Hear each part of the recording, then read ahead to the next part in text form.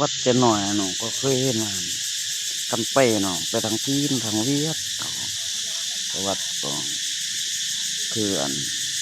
ท่านนอนเนาะเขาจำแบบว่าคือจำใส่สมองตัวหน่อยยุทธไทยเขาไปยักไปจริงเราก็บรู้ในเรื่องจังเราก็ช่วงทางด่วนทางรถไฟเขาจังเร่งให้เรื่องคนจีนก็อ่านว่าจีนนี่คันแล้วสงครามมันอาจจะได้ไปทั่วโลกไกลกว่าอเมริกาเนี่ยอาจจะล่มสลายเลยสงครามโลกครั้งที่สามว่าตอนนี้หลายประเทศอันนั้นเดี๋ยวความมาบุกเกี่ยวเลยบางเทื่อให้แบบกำลังใจเป็นกระติบว่า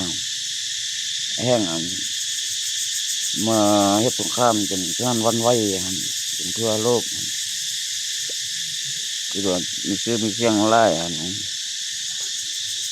มันวิบลาอ้อก่อนเรื่องของเรื่องว่าจริง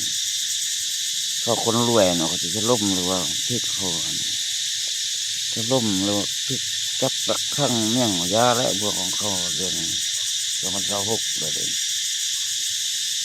เนาะถึงแพ้ทั้งหม้อทั้งจีนทั้งเวียดเนี่ยว่ามักของอ่านนี่แน่นอนนะจีนว่าแม่นอยู่สร้างอยู่เมืองเราจะหน่อยเขาก็ปุ๊บไปต่างประเทศบริมีรายได้สูงเขาไปทางนั้น